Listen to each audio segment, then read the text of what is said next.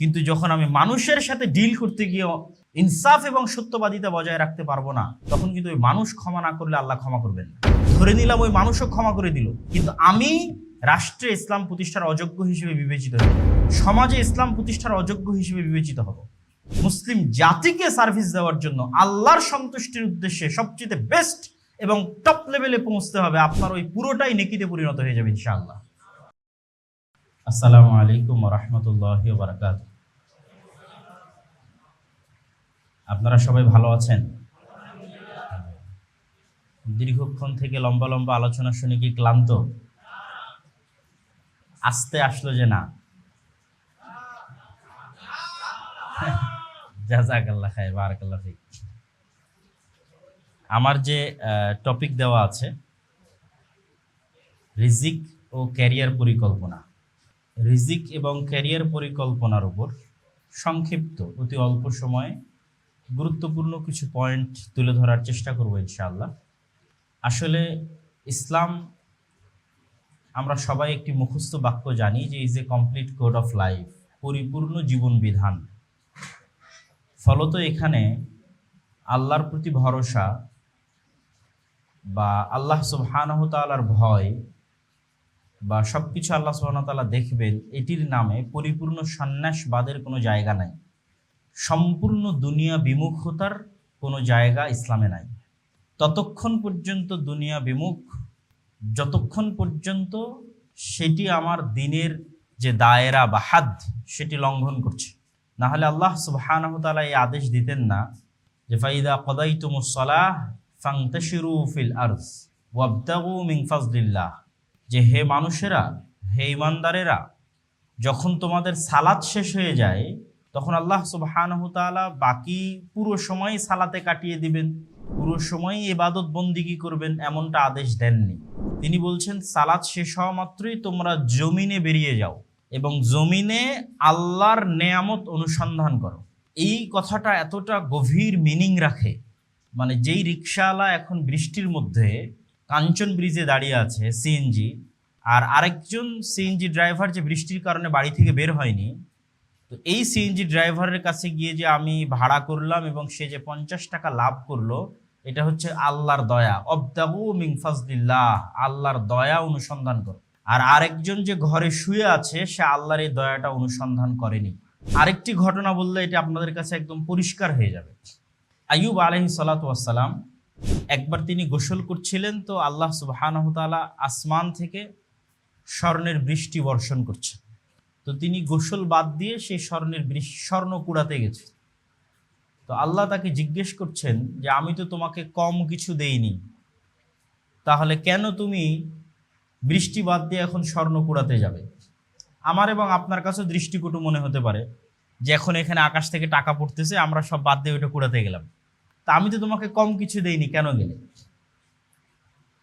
তখন তিনি উত্তরে বলছেন, মানে সারমর্ম বলি আর কি, ভাবার্থ বলি, সরাসরি অনুবাদ না। ভাবার্থ হচ্ছে যে আমি যদি পুরো দুনিয়ারও মালিক হয়ে যাই, সমগ্র আসমান এবং জমিনেরও মালিক হয়ে যাই, তবুও আমি আল্লাহর দয়ার মুখাপেক্ষী, আল্লাহর দয়ার ভিখারি। আর এই যে স্বর্ণের বৃষ্টিটা হচ্ছে, এটা কার দয়া? আল্লাহর দয়া। তাহলে এই দুটা, একটি আয়াত এবং একটি হাদিসকে সামনে রেখে যদি আমি আপনাদেরকে বলতে চাই যে পৃথিবীর এমন কোনো প্লেস যেখান থেকে একটা টাকা হালাল উপায়ে ইনকাম করা যেতে পারে, সেই টাকা উপার্জন না করে মুসলমান ঘরে বসে থাকতে পারে না। কেননা ওই যে একটা টাকা উপার্জন করা যাবে হালাল, ওটা কার দয়া? আল্লাহর দয়া। আর আমি ওইটা উপার্জন না করে ঘরে বসে থাকছি, মানে আমি অহংকারী, আমি আল্লাহ সুবহানাহু তাআলার দয়াকে মূল্যায়ন করি না। আল্লাহ সুবহানাহু তাআলা তো আমাকে ধনী রিচম্যান করবেন না। তো ইসলামে অবশ্যই ইবাদত বন্দিগির গুরুত্ব আছে, পরকালের গুরুত্ব আছে, কিন্তু ইসলামে কখনোই সন্ন্যাসবাদ শেখানো হয়নি। একটা বিখ্যাত হাদিস আপনাদের জানা থাকার কথা, যে একজন ব্যক্তি এসে রাসূল সাল্লাল্লাহু আলাইহি ওয়াসাল্লামের বাড়িতে এসে রাসূল সাল্লাল্লাহু আলাইহি ওয়াসাল্লামকে পেলেন না। তখন তার স্ত্রী আয়েশা রাদিয়াল্লাহু তাআলা আনহাকে জিজ্ঞেস করলেন যে তার সালাত, সিয়াম, হজ, যাকাত, ইবাদত বন্দিগি সম্পর্কে আমাদের বলেন। তো আয়েশা রাদিয়াল্লাহু তাআলা আনহা আল্লাহ নবীর ইবাদত বন্দিগি সম্পর্কে শোনালেন। তো তাদের কাছে এটি অল্প মনে হলো, কম মনে হলো। তখন তারা মনে মনে ভাবলো, যার পূর্বের এবং পরের সকল গুনাহ ক্ষমা হয়ে গেছে, তার জন্য এই অল্প ইবাদত যথেষ্ট, কিন্তু আমাদের জন্য যথেষ্ট নয়। এই জন্য তারা ওখানে দাঁড়িয়ে থেকে একজন ঘোষণা দিল, আমি সারা রাত তাহাজ্জুদের সালাত আদায় করব, একটুও ঘুমাবো না।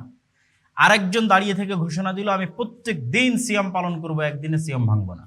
আরেকজন দাঁড়িয়ে থেকে ঘোষণা দিল যে আমি বিবাহই করব না, বিয়েই করব না।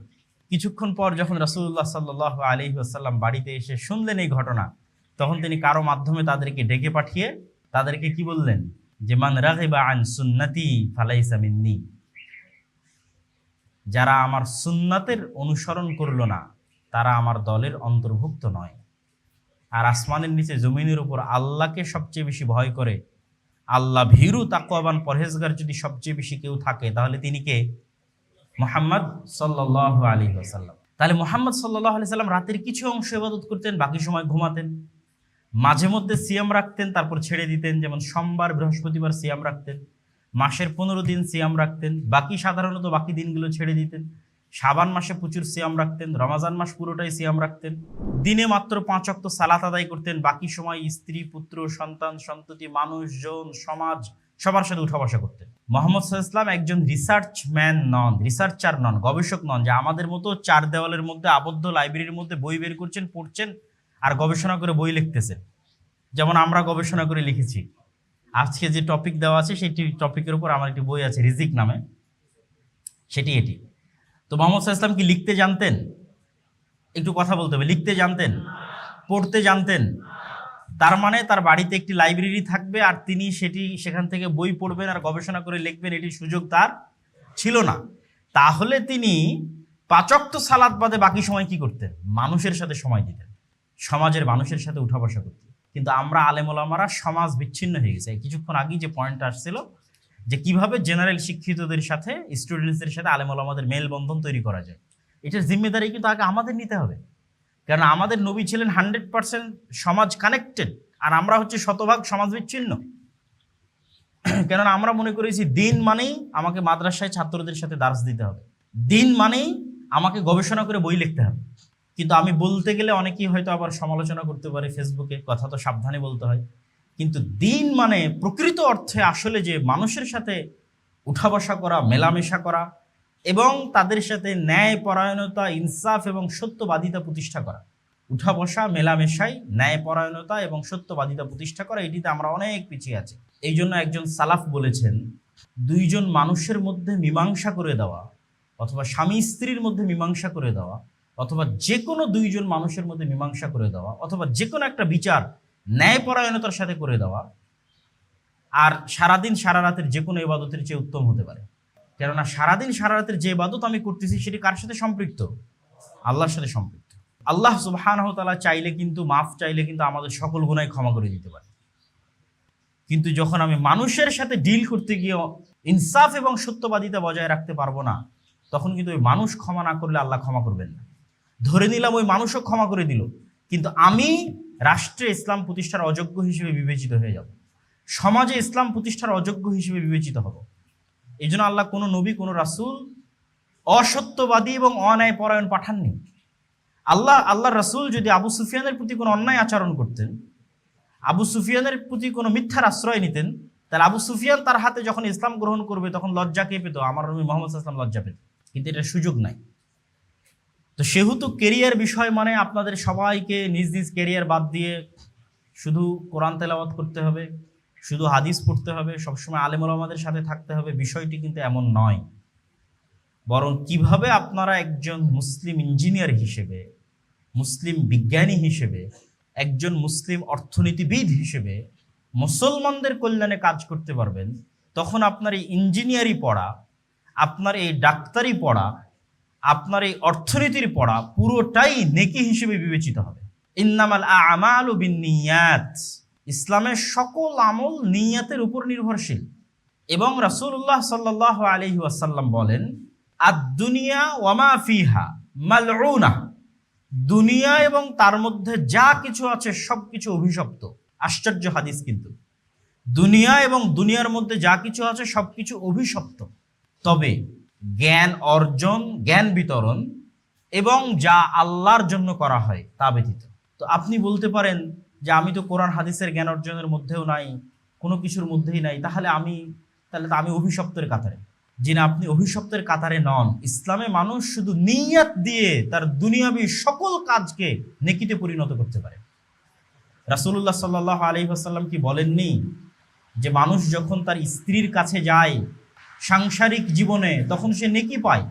সাহাবীরা তো আশ্চর্য যে আমি আমার স্ত্রীর কাছে যাব সাংসারিক জীবনে, যা বাহ্যিকভাবে দেখতে, বলতে এবং শুনতে মানুষের কাছে খারাপ লাগতে পারে, কিন্তু রাসূলুল্লাহ সাল্লাল্লাহু আলাইহি ওয়াসাল্লাম বলছেন এর মধ্যে নেকি আছে। সাহাবীরা জিজ্ঞেস করলেন, তখন তিনি পাল্টা উত্তরে বলছেন, এই কাজ যদি সে অন্যায়ভাবে করত তাহলে কি গুনাহ হতো না? যদি এই কাজ অন্যায়ভাবে করলে গুনাহ হয়, তাহলে ন্যায়ভাবে করলে কেন নেকি হবে না? অবশ্যই নেকি হবে। এই জন্য প্রত্যেক যে কাজ আপনি করবেন সেটির নিয়তের উপর আপনি আজের বিনিময় পাবেন। তাহলে আপনারা যে যে সেক্টরে পড়াশোনা করছেন ওই সেক্টরে আপনাকে বেস্ট হতে হবে। ওই সেক্টর ইহুদিরা দখল করে আছে, খ্রিস্টানেরা দখল করে আছে, সব কিছু তাদের নিয়ন্ত্রণে। তাহলে আমরা পড়াশোনা করে কি করলাম? আমরা যত সামাজিক যোগাযোগ মাধ্যম ইউজ করতেছি সবই তাদের। তাহলে আমরা সফটওয়্যার এবং কোডিং শিখে কি করলাম যে আমরা মুসলিম উম্মার জন্য এরকম কিছু একটা দিতে পারলাম না, বা সমগ্র পৃথিবীবাসীর জন্য এরকম কিছু একটা দিতে পারলাম না? এটার জবাব তো আপনাদেরকে দিতে হবে, যারা আলেম ওলামা তাদেরকে না, বরং যারা এই সমস্ত লেভেলে পড়াশোনা করছে তাদেরকে। ব্র্যাকের মতো শক্তিশালী অর্থনৈতিক প্রতিষ্ঠান আছে, তাহলে মুসলমানদের প্রতিনিধিত্বকারী কোনো শক্তিশালী অর্থনৈতিক প্রতিষ্ঠান বাংলাদেশে নাই কেন? তাহলে আমরা অর্থনীতি পড়ে কি করলাম? প্রথম আলো, ডেইলি স্টারের মতো শক্তিশালী মিডিয়া আছে, তাহলে মুসলমানদের প্রতিনিধিত্ব করতে পারবে এরকম শক্তিশালী মিডিয়া নাই কেন? তাহলে আমরা গণযোগাযোগ ও সাংবাদিকতা পড়ে কি করলাম? আপনারা প্রত্যেকেই যে যে সেক্টরে আছেন সেই সেক্টরে মুসলিম উম্মাহকে সার্ভিস দেওয়ার জন্য, মুসলিম জাতিকে সার্ভিস দেওয়ার জন্য, আল্লাহর সন্তুষ্টির উদ্দেশ্যে সবচেয়ে বেস্ট এবং টপ লেভেলে পৌঁছতে হবে। আপনার ওই পুরোটাই নেকিতে পরিণত হয়ে যাবে ইনশাআল্লাহ। এই জন্য রাসূলুল্লাহ সাল্লাল্লাহু আলাইহি ওয়াসাল্লামের যুগে সাহাবীরা চেষ্টা করতেন ব্যবসা করতে, এবং তারা ব্যবসায়ী হিসেবে নিজেদেরকে প্রতিষ্ঠিত করেছেন, কোটি কোটি টাকার মালিক হয়েছেন ব্যবসায়ী হিসেবে। আজকেও সৌদি আরবের যে ব্যাংক রাজিহাই আছে, তার প্রতিষ্ঠাতার যদি আপনি জীবনী পড়েন, সাক্ষাৎকার দেখেন, তাহলে সে বলছে যে আমি আরো বেশি টাকা ইনকাম করতে চাই যেন আমি আরো বেশি আল্লাহর রাস্তায় ব্যয় করতে পারি। মাইন্ড সেট আপ দেখেন, একজন আরো বেশি টাকা ইনকাম করতে চায় যেন সে আমোদ ফুর্তি করে শেষ করতে পারে, আর আপনাকে আরো বেশি টাকা ইনকাম করার চেষ্টা করতে হবে যেন আপনি টাকা আরো বেশি কোথায় ব্যয় করতে পারেন? আল্লাহর রাস্তায় ব্যয় করতে পারেন। বাংলাদেশের একজন ব্যবসায়ীর সাথে আমার পরিচয় আছে। উনি বলেন, এবং ওনার কথা আমি চিন্তা ভাবনা করে দেখেছি কোরআন হাদিসের সাথে মিলে, উনি বলেন যে আমি দুনিয়াতে জান্নাত কিনে মৃত্যুবরণ করতে চাই, এই জন্য ব্যবসা করতেছি। উনি চুল পরিমাণ সুদের সাথে সম্পৃক্ত না। তো দুনিয়াতে কেন জান্নাত কিনতে চান? ওই যে কোরআনের আয়াত, ইন্নাল্লাহা আশতারা মিনাল মুমিনিনা আনফুসাহুম ওয়া আমওয়ালাহুম।